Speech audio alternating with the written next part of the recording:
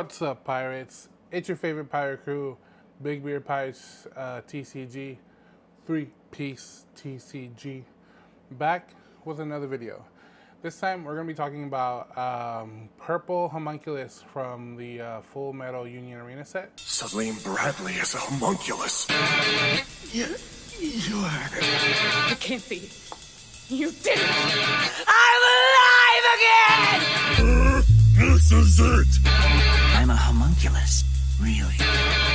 All I want to do is eat! I shall drink to the promised day. As y'all see, I'm already repping the Full Metal, and y'all voted on our post between Elric Brothers Yellow and Purple Homunculus what y'all wanted to see in terms of the next masterclass. So here we are. Just before we get started, if y'all could please like, subscribe, hit the bell for notifications on our future videos. It really helps us a lot, and let's get started. All right. Before we get started, I will have the deck list in the link in the description if y'all just want to click on it and just check it out. This is my take on the deck. I know a lot of people have their own takes, so just take that with a grain of salt. This version of the build does use Envy, Lust, and not Pride, Wrath, which is King Bradley. The main goal of the deck, my main goal,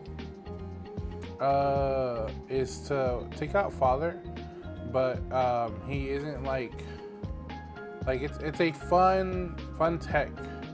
Whereas most decks have like a nice win condition, like for green, Code Geass, it's Lancelot, you know, you just want to keep bringing him out. For blue JJK, it's usually a Yuji or a Sukuna. For green Kurapika, it's like the Kurapika, obviously, you know. Bringing out Father isn't your win con, it's just a fun gimmick. He's just there, like it's a reoccurring issue once you get to your 20 card set. But other than that, everything else kind of flows really well with each other. I would say this is a very low to the ground deck. Most of its raids and attack power is usually 4 cost or less. The only big body that we're really playing is the Wrath or King Bradley himself. Other than that, let's get into it. So let's start with 4 Envies. I believe every deck should have at least one impact character, and in this one it is Envy. On the turn they're played, they gain impact. When they attack, it's a draw 1 card, ditch 1 card. And the cool thing is that when they're sidelined, they can rest something. So even if you swing with this and they special it, or let's say you swing with something else, they special the Envy and they get sidelined, you can now rest one of their potential blockers and swing for more damage. So it's up to you. Next up, we have the 2 cost Envy, which is a 2/1. And it has this really cool ability that any characters with raid can raid on top of this character. If you haven't seen the show or read the manga, Envy is a shapeshifter, so that's really cool. And then when played, if you have 10 or more cards in your sideline, you can choose one character with 3,000 or less BP on your opponent's front line and switch it to resting. There's a really cool combo that I like to do with this. Well, there's 2 things that I like to do with this card. I'll definitely show y'all in a bit. I do play 4 Fathers. It's just a 1/1, and it's just so you can get cards in your sideline. So when played, you look at the top 3 cards of your deck, reveal up to 1 Homunculus affinity card among them, and add it to your hand. Place the remaining at the bottom of your deck, and in any order. And if you added a card to your hand, you can send 1 card from your hand to your sideline. Sorry, I'm a little sickies. Next up is 4 Lust, the 0 cost. It has a draw trigger, and when played, it has draw one card, then place 1 card from your hand to your sideline. Missing one more judge. If anyone's got it, let me know. Oh, speaking of trades and potential sells, we will be going to Bandai Card Fest, so I hope to see everyone there. If y'all have any trades or anything, I would love to trade with you guys. The next card is 4 Lusts, the 3 energy, 1 AP cost. It is your color trigger. When played, you can look at the top card of your deck. If that card is a Homunculus Affinity card, you may reveal it and add it to your hand, or you can place it at the top or bottom of your deck. Top of your deck or into the sideline, my bad. Every card in this deck, aside from your final and your special, is a Homunculus type, so you're bound to always be able to search into something. The reason I love running Lust, it's so much draw and so much searching. You're always bound to see everything you need, basically. And as y'all know, purple's color trigger is to play 1 purple character card with 2 or less required energy and 1 AP cost from your sideline and set it to active in your front line. That usually saves me some games. And here we are, the 4 raid Lust. So it is a 4 energy, 1 AP cost raid.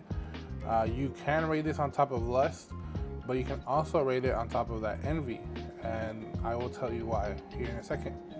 When played, you can draw 2 cards, then place 2 cards in your sideline, and then if you have 10 or more cards, you get to draw 1 additional card. The then in this sentence is very important because there's a period. So what this card will do is, if you have 8 cards in your trash or your sideline, you'll draw your first 2 cards, and then you'll send 2 cards to your sideline, and then the effect will check for conditions, and you are now at 10, so you'll be able to draw into that extra additional card. Same if you're at 9 or anything like 8 or 9. Like the moment you ditch those 2 cards and you're now at 10, you can now fulfill the second requirement. The second effect of this card is when sideline, you can return up to 1 base card of this rated character to your hand. So why is that important? You're always going to have a nice hand size basically for later effects, and if you specifically combine this card with the any raid Envy, you'll be able to take advantage of that resting effect. So you'll play the Envy, raid on top of Lust, do shenanigans or whatever, and when Lust is sidelined, you'll be able to get back the Envy. So next turn, if you're trying to go for game and they've moved up any chunk blockers, anything that's 3,000 or less, you can play the Envy, rest that, and now you have 1 less blocker to deal with. The next card is the 4 0 cost King Bradley's. They just have a get trigger, nothing too special, but he is a homunculus / human type, so he's searchable off of most of your effects. The next 2 is the King Bradley 2 energy 1 AP cost. If this has the effect that when it's active, it generates an extra energy. In this deck, you want to be able to easily go into 6 energy. So you want a lot of 2 energy generators. 2 is fine. I wouldn't really go up to 3. You can even probably go down to 1, depending on what build you want to do. I understand a lot of people really want to focus on the father. Right now, in this deck, I'm only running 2. If you went up to 4, I would say you could probably get rid of these 2 King Bradleys, or any of your other 2 King Bradley generators. The next card is the man, the myth himself, King Bradley or Wrath. I have 4 raids. He is a 6 energy, 1 AP cost. Very high, but he does get you a lot of benefits. So when played, he gains 500 BP, so he becomes a 5k, and he gets double attack. In this game, double attack isn't like One Piece, where you swing and you double damage. In this game, double attack is literally swing, restand, and then swing again. So that's really cool. It forces your opponent to think either they'll obviously want to take the first hit just to see what they get out of life, but it increases the threat level because if they don't get anything, they now have to block. The other one is it's an activate main. If on the front line, once per turn, you can choose 1 character in your opponent's front line with 1,000 in your front line, it loses 1,000 BP until the end of the turn. So a lot of cases, after testing, you really just want to use this effect in conjunction with the any raid envy. So what you'll do is you'll raid this, you'll minus 1k something, either a 4k body or even a 3500 body, and then you can play an envy out and rest that same character, just in case if that character seems to be like a double block Genos maybe, or whatnot, or something that's just annoying, like like a win sideline effect. So that's kind of what you want to aim. You never really want to use it on a raid. You want to use the resting on chunk blockers because you want to force your opponent to use their rated cards or their stronger cards as blockers, because remember, he is a 5k. The next card is the 3 energy, 1 AP cost King Bradley. I think I have 4, yeah. I have a proxy right now. It just sucks that he's locked behind the starter deck. For those of you who don't know, you have to get this through the starter deck. When you purchase the Full Metal Alchemist starter deck, you get an extra pack with 4 cards. One of them is the King Bradley, the other one is another father card, the other one is a Roy Mustang, and the other one is a Alex Louis Armstrong. You don't really need this in your builds, especially if you're doing a more homunculus build focus. The reason why this is so good, 1, it's a draw trigger. 2, when played, you can choose up to 1 other character on your field. It gains the effect that this character cannot be chosen by your opponent's trigger abilities until the end of the turn. So a lot of times, if you've set up your energy, you can raid any character that you have, either a Bradley, a Lust, or an Envy, but I normally want to use it on the Bradley. So I'll raid Bradley, I'll then play this and target the Bradley, and now it's not susceptible to kill triggers or special triggers off of life. So I'll swing with everything else, and they'll have to target everything else if it's a kill trigger or if it's a return back to hand, like a color trigger for blue. And then I can freely swing with this. The next card is the 0 cost Envy. Just really here just to fulfill the 0 energy requirements in every deck, which is usually 8 to 12. It has a get trigger, nothing really else. I hardly ever use this card to raid on top for my Envy. I'll either use the regular one because I get it back from Lust, or I just don't at all. The next card is our Restander, which is Philosopher's Stone. A lot of you will be like, wow, you're only using 3. I will tell you now, in this deck you draw so much and you search so much that you're bound to see this in your starting hand or in your hand at some point. You want to just use 1 or 2 most of the time. You never really use more than that. So you're bound to see it. If you want to add it in, I would say cut a Bradley, either the raid or a double energy, and you should be fine. And then our last event is the special trigger, I'll be taking yours. It's a 4 energy, 1 AP cost. The cool thing about this is that its effect is choose 1 character with 3,000 or less PP on your opponent's front line and sideline it. If you have 4 or more homunculus affinity cards in your field, choose one of the following. It can either be a 5,000 or less PP instead, or you can place 2 cards from your deck into the sideline. Remember, the second objective of this deck is to get enough cards in your sideline for your boss monster, which is Father, which is our last card. It is a 4 energy, 2 AP cost.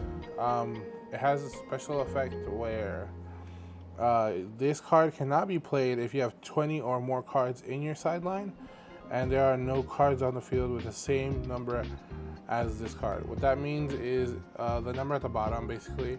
You can't have 2 fathers. You can only have 1 at a time. That's why I only run 2. A lot of people thought, oh, I can just have 2 and now I can swing twice. No, you can only have 1. You can double attack. He gains double attack, just like the Bradley. So you'll swing, restand, swing.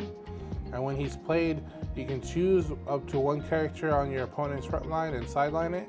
So it has no BP restriction. That doesn't mean it can't really kill Saitama because you can't choose it with your effects. Activate main. If this card is in your sideline, you can only activate this effect if you have 20 more cards in your sideline.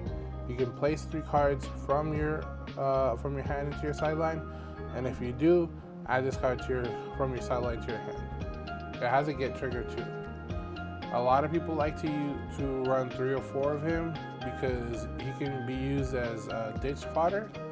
So early game, you'll play your lusts, your 0 cost lust, your father, your envies, and you'll draw ditch.